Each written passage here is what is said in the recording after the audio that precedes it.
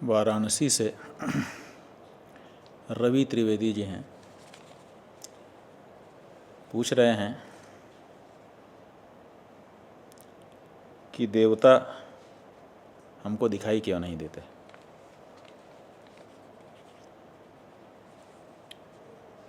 ये भी कहना है कि पुराणों में तो ऐसे प्रसंग सुनने को मिलते हैं जिसमें देवता प्रत्यक्ष होकर के लोगों को दिखाई देते थे। फिर हमको और हमारे आज के समय के लोगों को ये देवता क्यों दिखाई नहीं देते, है ना? अच्छा सा प्रश्न। इसका मतलब है कि रवि त्रिवेदी जी ने कोशिश की है कि हम देवताओं को देख सकें, लेकिन उनको देवता दिखे नहीं। अब एक बात तो ये है कि इतने सारे मंदिर बने हैं,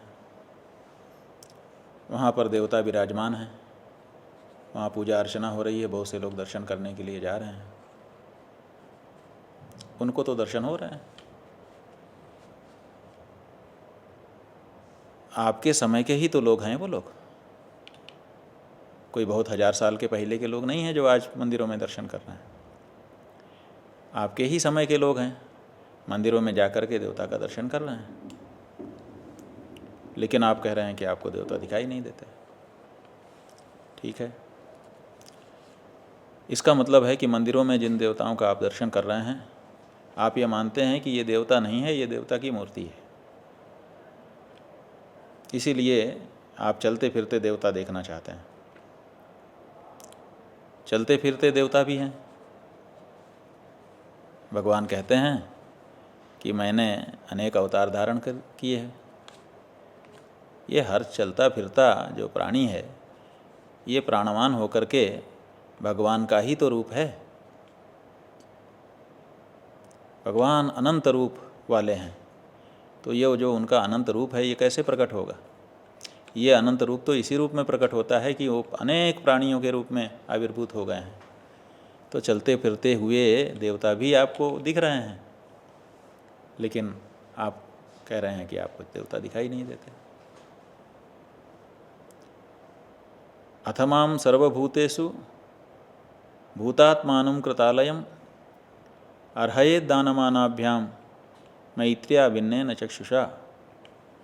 श्रीमद्भागवत में वर्णन है, कपिल देव जी माता देवहूति को योग का ज्ञान देते हुए बताते हैं कि हे माँ, मैंने अर्थात परमात्मा ने प्रत्येक प्राणी के हृदय में अपना निवास बना रखा है।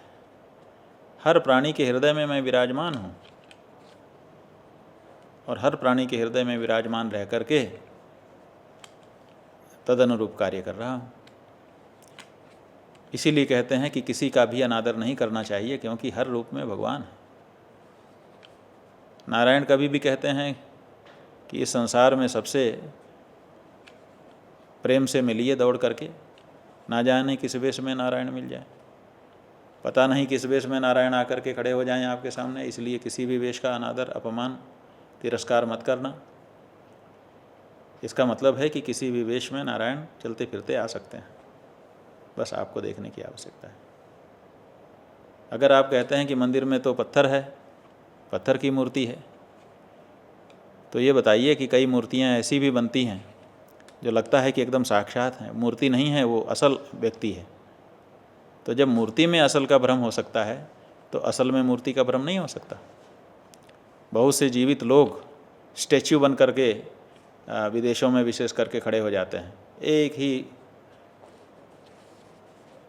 तरह से बहुत देरी तक वो खड़े रहते हैं, एक ही रंग का पूरा शरीर उन्होंने पोत लिया होता है। तो ऐसी परिस्थिति में जो व्यक्ति मूर्ति नहीं है, उसको भी तो आप मूर्ति के रूप में देखते हैं, और मूर्ति को कभी कभी चेतन के रूप में देखते हैं। तो आपकी आंखों में तो भ्रम हो सकता है।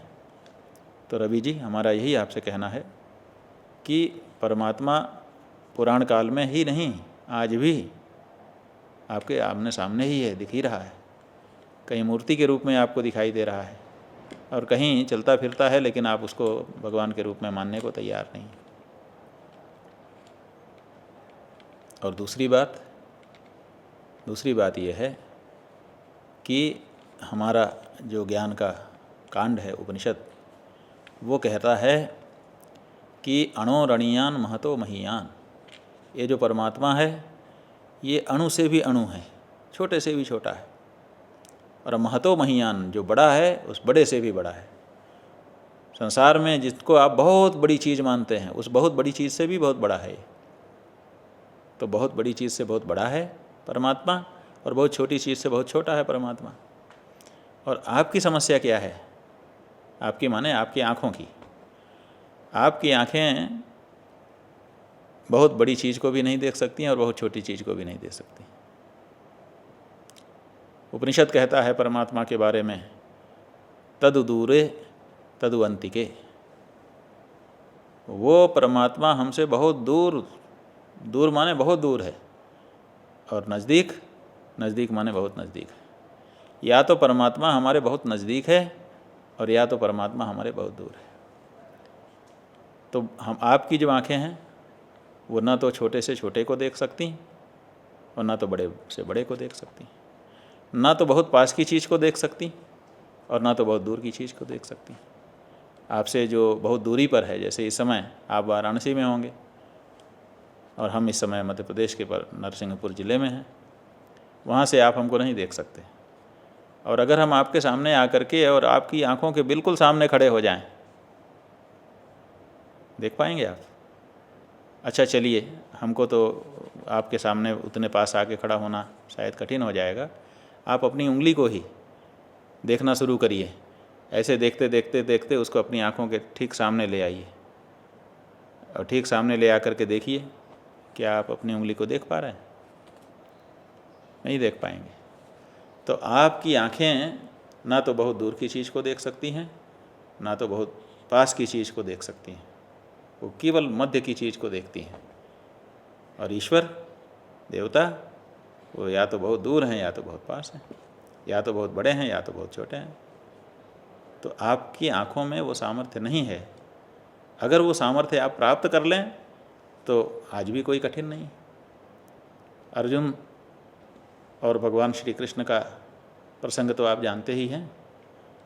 महाभारत का युद्ध जब हुआ तो श्री कृष्ण परमात्मा अर्जुन के सारथी बन गए, एक ही रथ के ऊपर सवार हो गए, और बातचीत हो रही थी दोनों की आपस में। हे सारथी कृष्ण, जरा मेरे रथ को दोनों सेनाओं के बीच में ले चलो, ऐसा अर्जुन ने कहा।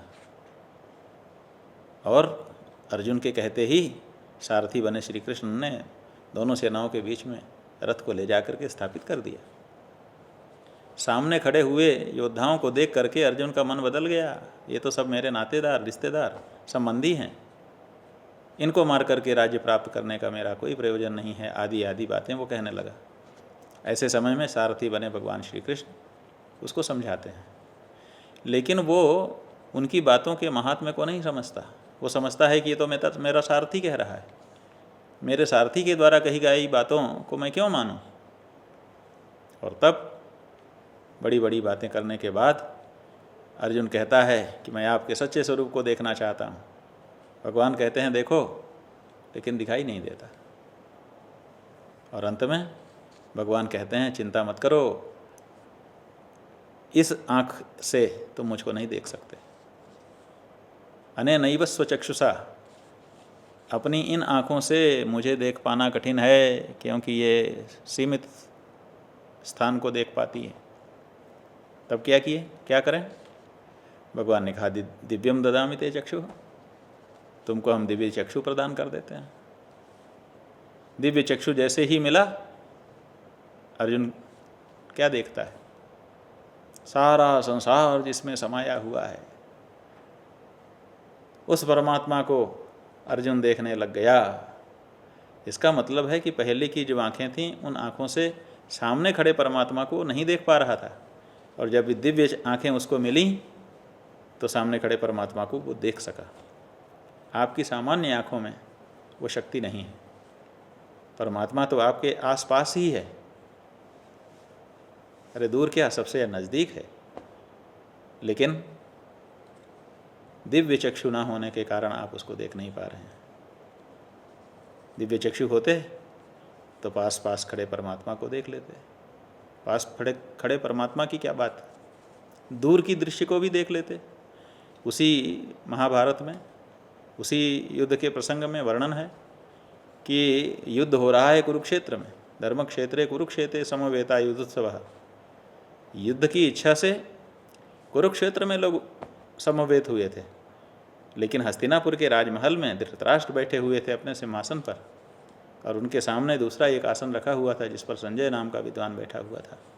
उस संजय नाम के विद्वान को सब कुछ दिखाई दे रहा था। क्या सब कुछ? कुरुक्षेत्र में आमने सामने खड़ी हुई सेनाएं जो कुछ कर रही थी। सुनाई ही नहीं दे रहा था, वो दिखाई ही नहीं दे रहा था, सुनाई भी पड़ रहा था। इसीलिए तो भगवान के द्वारा जो उपदेश दिया गया अर्जुन को, वो सब सुन करके उसका अनुवाद संजय उसी समय धृतराष्ट्र को भी बता रहा था। तो संजय के पास भी दिव्य दृष्टि थी।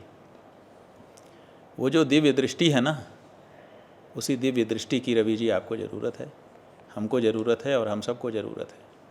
हमारी दृष्टि दिव्य नहीं हुई है, और इसीलिए स्वर्ग में रहने वाले देवता हमारी आँखों का विषय नहीं बन रहे हैं।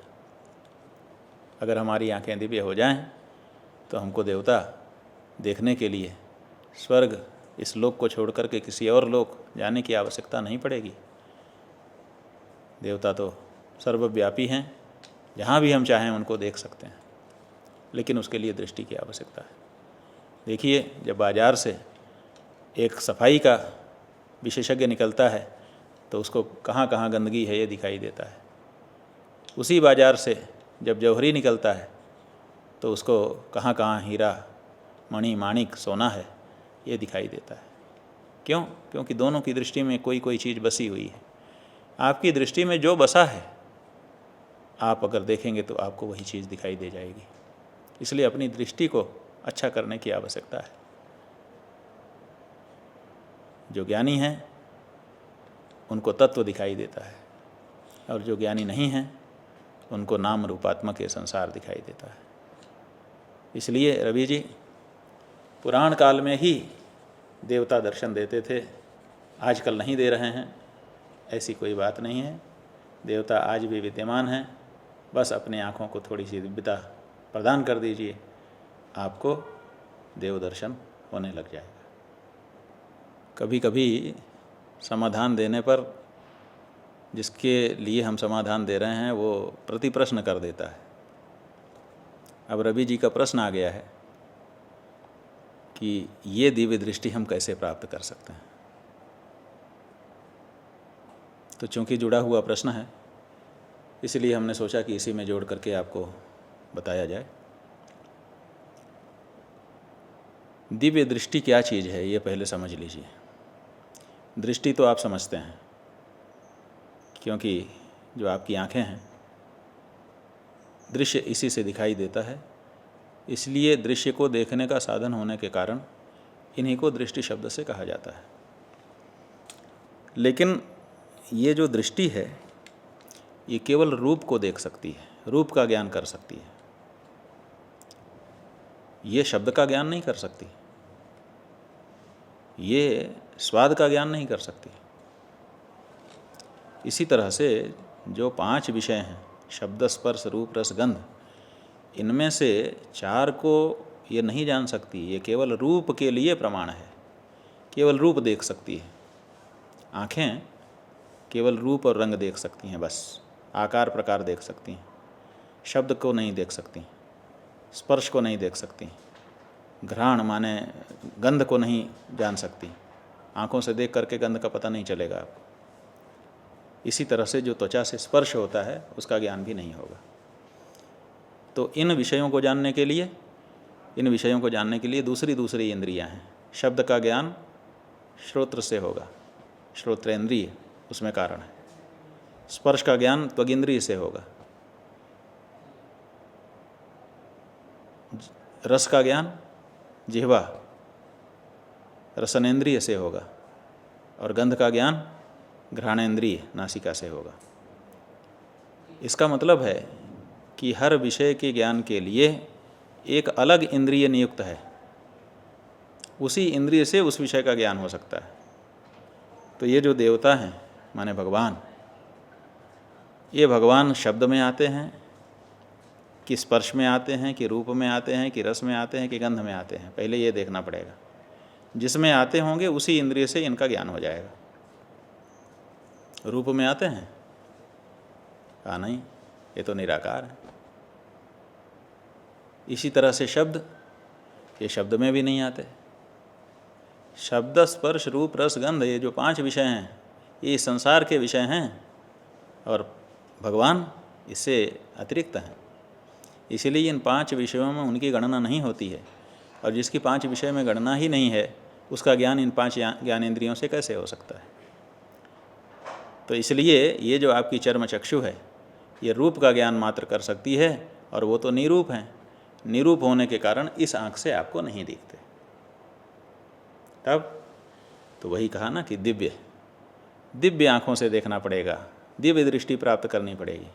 तो दिव्य दृष्टि का मतलब है ये 5 ज्ञानेंद्रियाँ परमात्मा को देखने के काम में नहीं आती हैं। ये 5 ज्ञानेंद्रियाँ संसार का ज्ञान कराती हैं। तब फिर 6वीं इंद्रिय का काम लेना पड़ेगा। इसीलिए एक और इंद्रिय है जो इंद्रिय ना होते हुए भी इंद्रिय कही जाती है, मनःषष्ठानि इंद्रियाणि। भगवान ने गीता में कहा मन 6वां है जिसमें, ऐसी ज्ञानेंद्रिय। तो मन जो है उसको करण कहते हैं, लेकिन वो बाह्य करण नहीं है, वो अंतःकरण है। अंदर की चीज़ को देखने के लिए वो करण है, माने इंद्रिय है, साधन है। बाहर की चीज़ को देखने के लिए आँख साधन है, बाहर का शब्द सुनने के लिए कान साधन है, बाहर का रस चखने के लिए जिह्वा साधन है, बाहर की गंध सूंघने के लिए घ्राण साधन है, बाहर का स्पर्श जानने के लिए आपकी त्वचा साधन है। लेकिन अंदर का देखने सुनने समझने के लिए अंतःकरण की इंद्रिय की आवश्यकता होती है। अंतरिंद्रिय, अंतःकरण। क्यों? क्योंकि जिसका ज्ञान आप करना चाहते हैं वो असल में अंदर ही बैठा है। इसीलिए कहा ना, ईश्वर सर्वभूतानां हृद्देशे अर्जुन तिष्ठति। हे अर्जुन, ईश्वर सब प्राणियों के हृदय में, हृदय देश में विराजमान है। तो अंदर बैठा है, और जो अंदर बैठा है उसको अंदर की इंद्रिय से देखना पड़ेगा। और अंदर की इंद्रिय अंतःकरण है। उस अंतःकरण को आप स्वच्छ बना लीजिए। जैसे ही आपका अंतःकरण स्वच्छ होगा, जैसे स्वच्छ दर्पण में आपकी छवि स्पष्ट रूप से दिखाई देती है, उसी तरह से जिस व्यक्ति का अंतःकरण जितना स्पष्ट होता है, परमात्मा की छवि उसको उतनी ही साफ दिखाई देती है। और अंतःकरण को स्वच्छ बना लेने का काम का ही दूसरा नाम दृष्टि को दिव्य बना लेना है।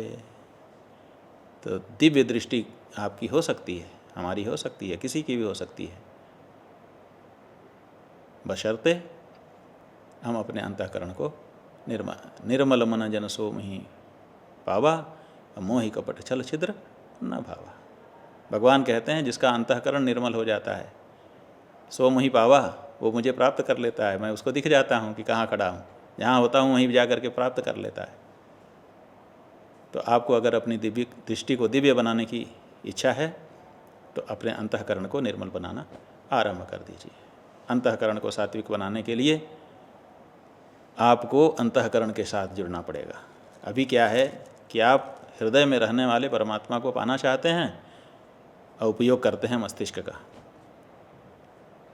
थोड़ी दूरी है दोनों में। आप परमात्मा को पाना चाहते हैं तो श्रद्धापूर्वक अपने अंतःकरण को निर्मल बनाना शुरू करिए। हृदय में रहने वाली चीज़ को हृदय से देखिए, आप पाएंगे कि विलंब नहीं है। इतना जल्दी मिलेगा कि आपको पता ही नहीं चलेगा कि मैंने पाया। आपको लगेगा कि ये तो पहले से ही था मेरे पास। तो जब प्राप्ति होगी तो अप्राप्ति की प्राप्ति जैसा नहीं लगेगा, बल्कि प्राप्त की प्राप्ति जैसा ही लगेगा। हर हर महादेव।